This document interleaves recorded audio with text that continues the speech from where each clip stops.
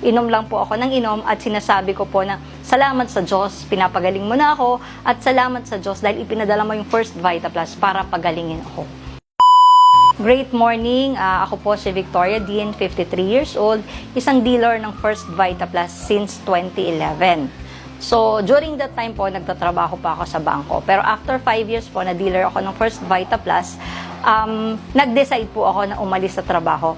And then, meron akong inattenda ng isang fellowship. Nakilala ko yung upline ko, si Sonia Elona. Nag-exchange lang kami ng pleasantries and then nagtuloy-tuloy na yung pag-contact niya sa akin. At yun nga, finally, in December, naging dealer ako ng First Vita Plus. So, towards the end of 2016, kung saan nag-retire po ako ng March, may naramdaman na po ako na sumasakit sa aking ulo.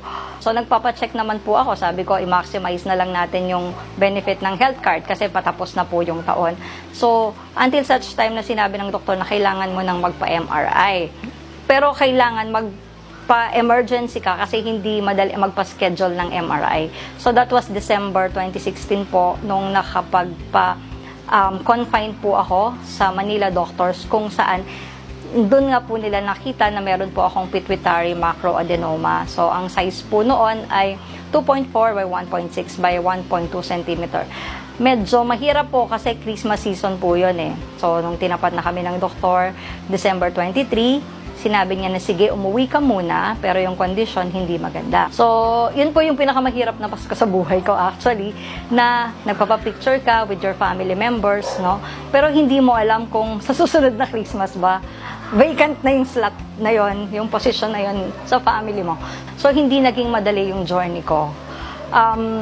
January, bumalik po ako sa doktor. So, ang sabi is, magpapa-surgery ka. Yun lang ang option, wala nang iba. But then, of course, I have faith, okay, in my heart. And I said, I am a believer, I am a daughter of God, I am healed. So, during the time na nandun ako sa hospital, dineclare ko na magaling na ako. So, hindi po ako nagpakita sa doktor ng 7 months. Tiniis ko lang po yun. Dasal lang ng dasal, inom lang inom. Anong ininom ko? Pineapple platinum po at saka fruits and veggies. Hindi ko na po talaga nilimitahan. 7, 11, basta tuwing nararamdaman ko po siya, yung blessing ni Lord na papagalingin ako at yung pinadala niya yung First Vita Plus para pagalingin ako. Una sa lahat, nagpapasalamat ako sa Diyos kasi bagaman hindi ko naunawaan nung umpisa yung sequence of events sa buhay ko, pinadala niya pa rin sa akin itong karamdaman na ito at nauna niyang ipinadala yung First Vita Plus sa akin upang yun yung panghawakan ko, yung faith ko at yung tulong na ibinigay niya sa akin sa pamamagitan ng First Vita Plus.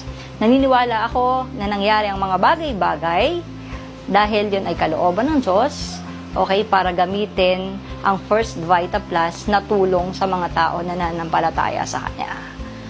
Nagpapasalamat ako syempre sa pamilya Tumpalan sa napakalaking blessing na binigay nila, hindi lang sa akin, kundi sa lahat ng natulungan ng produkto at sa matutulungan ng produkto. Sa upline ko, nandyan pa rin sila hanggang ngayon. I wish them all the best at nagpapasalamat ako kasi naging bahagi sila ng journey ko sa First Vita Plus. So yun lang po. Maraming salamat po.